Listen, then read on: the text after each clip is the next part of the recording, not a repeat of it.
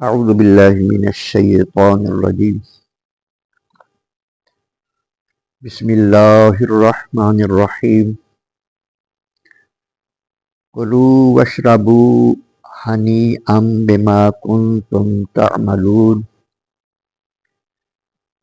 حکم ہوگا کہ کھاؤ اور پیو خوب مزے لے لے کر،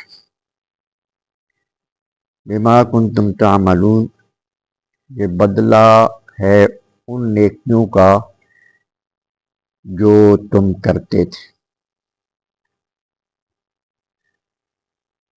جنت کے اندر اہل ایمان کے ساتھ اللہ تبارک و تعالی لطف و کرم کا جو معاملہ فرمائے گا ان آیتوں میں اس کا ذکر ہو رہا ہے۔ یہ بیان سورۃ الطور کی آیت نمبر 19 سے شروع ہو رہا ہے۔ پچھلی آیتوں میں ہم پڑھ چکے ہیں کہ ان المتقین فی جنات و نعیم، جو پرہیزگار ہیں، اللہ کے حکم پر چلنے والے، وہ باغات میں ہوں گے اور نعمتوں میں ہوں گے۔ اللہ تو وہ وہاں خوش بھی ہوں گے۔ اللہ تبارک و تعالیٰ نے ان کو اس بات پر کہ ان کو اللہ نے دوزخ کے عذاب سے بچا لیا ہے، اور جنت میں ان کو یہ حکم ہو رہا ہے کہ کلو، کھاؤ، وشربو، اور پیو، ہنیئن،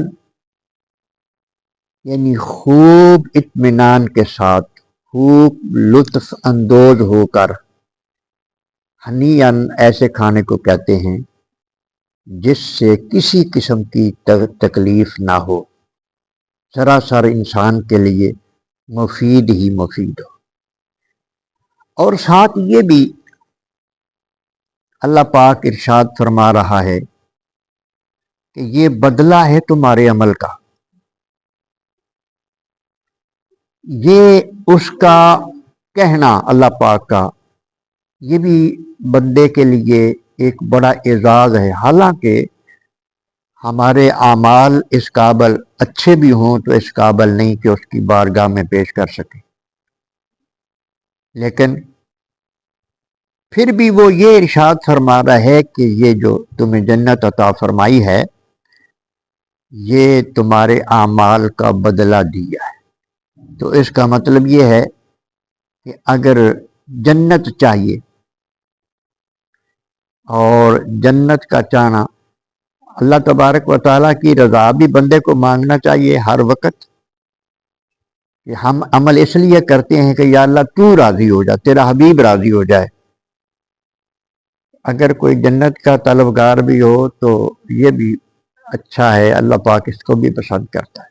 حدیث پاک میں آتا ہے نا کہ فرشتے دنیا میں گھومتے پھرتے ہیں اور وہ ذکر کی محفلیں تلاش کرتے ہیں۔ حدیث پاک میں وہ ذکر کی محفلیں تلاش کرتے ہیں۔ جب کوئی محفل ذکر ان کو مل جاتی ہے، یہ درس قرآن ہو رہا ہے، یہ بھی محفل ذکر ہے حقیقت میں، کیونکہ اللہ کا ذکر ہو رہا ہے، اللہ کے حبیب کا، قرآن پاک کا ذکر ہو رہا ہے۔ تو فرشتہ جو دیکھ لیتا ہے وہ بلا لیتا ہے دوسروں کو بھی، پھر وہ آ جاتے ہیں۔ پھر وہ جب واپس جاتے ہیں تو اللہ پوچھتا ہے، سرکار نے فرمایا حالانکہ اللہ زیادہ جانتا ہے فرشتوں سے بھی، یہ کہاں سے آ رہے ہیں، کیا کر کے آ رہے ہیں، پھر بھی پوچھتا ہے کہاں سے آ رہے ہیں؟ محفل ذکر سے آ رہے ہیں۔ کیا ہو رہا تھا؟ تیرے بندے بیٹھے ہوئے تھے، سن رہے تھے، کوئی سنا رہے تھے۔ تو پھر اللہ فرماتا ہے کہ وہ کچھ مانگتے بھی تھے، یا اللہ جنت مانگتے نہیں؟ پوچھتا ہے کیا کر رہے؟ تیرا ذکر کر رہے تھے۔ اللہ فرماتے ہیں مجھے دیکھا ہے انہوں نے؟ یا اللہ دیکھا تو نہیں۔ تو فرماتا ہے بن دیکھیے اگر وہ میرا ذکر کر رہے ہیں، اگر وہ مجھے دیکھ لیں تو فرشتے کہتے ہیں یا اللہ پھر تو بہت زیادہ تیرا ذکر کریں۔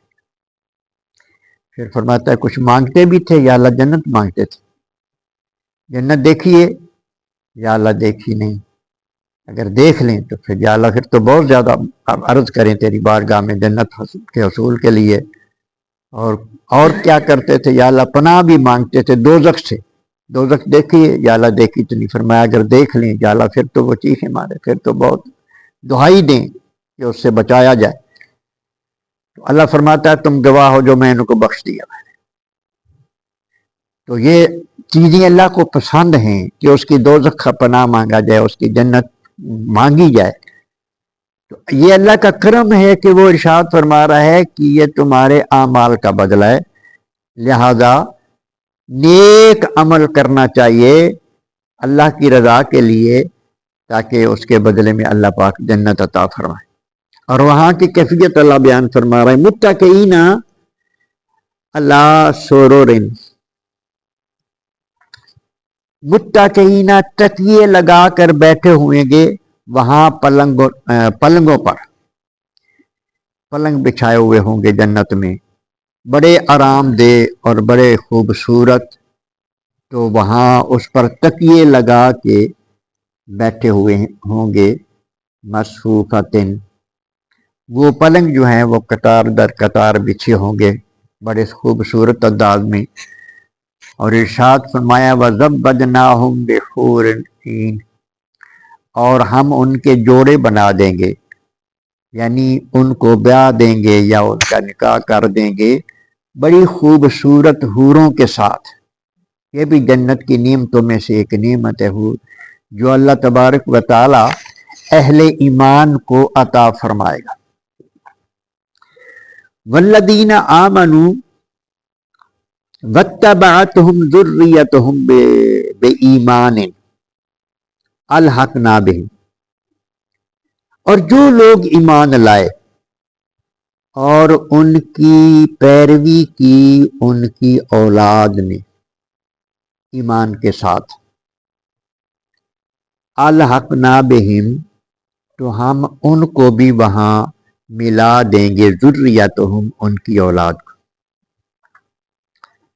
یہاں بھی ایک بڑی خاص بات بیان ہو رہی۔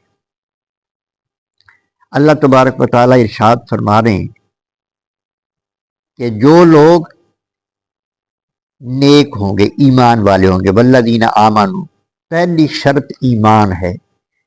ایمان نہ ہو تو عمل جتنی مرضی اچھے کر رہے، ایمان کے بغیر کوئی فائدہ نہیں پہنچا سکیں گے۔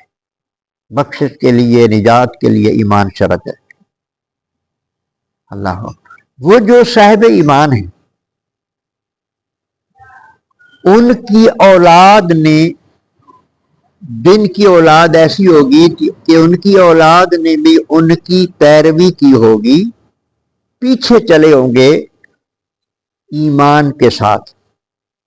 مطلب یہ ہے کہ اب ان اولاد نے یہ دیکھا کہ ہمارے ماں باپ جو ہیں یہ ایمان والے ہیں، ان کی طرف دیکھ کر وہ بھی ایمان لے آئے۔ ہمارے ماں باپ نماز پڑھتے ہیں، ان کی طرف دیکھ کر وہ بھی، ہمارے ماں باپ نیک جو ہوتے ہیں وہ نیکی کے کام ہی کرتے ہیں، اور ان کی طرف دیکھ کر ان کی پیروی کرنا، نیک ماں باپ کی پیروی کرنا، ان کے نقش قدم پر چلنا، اس کی تعریف ہو رہی ہے۔ اللہ فرماتا ہے جو ان کے پیچھے چلیں گے، اپنے ماں باپ کے، نیکوں کے، ایمان کے ساتھ ان کی پیروی کریں گے، ہم ان کو بھی جنت میں ملا دیں گے۔ اب مفسرین نے لکھا ہے کہ اس کا مطلب یہ ہے کہ ماں باپ زیادہ نیک ہوں گے، ان کے درجے جو ہیں وہ بلند ہوں گے، اولاد صاحب ایمان ہوگی، ماں باپ کے ساتھ اچھا سلوک کرنے والی، ان کی پیروی کرنے والی، ان کی خدمت کرنے والی، تو درجہ جو ہے نا اولاد کا، ان کا عمل اس قابل نہیں ہوگا کہ وہ اپنے عمل کے ذریعے اپنے ماں باپ کے درجے میں آ سکے۔ درجہ ان کا کام ہی ہوگا، پیروی کی وجہ سے وہ جنتی تو ہوں گے لیکن درجہ کم ہوگا۔